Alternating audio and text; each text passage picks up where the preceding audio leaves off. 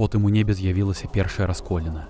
Асляпляльная белая стужка, якая, здавалася, азначала разбурэнне самой рэчаіснасці.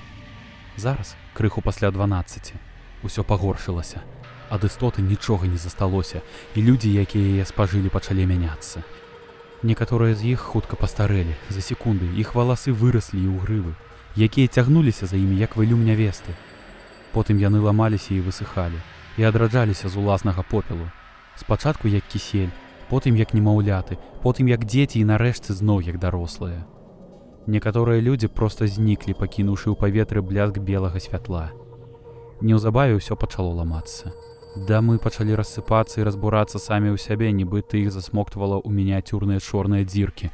Сама рэчаіснасць ламалася. Людзі мелі рацыю.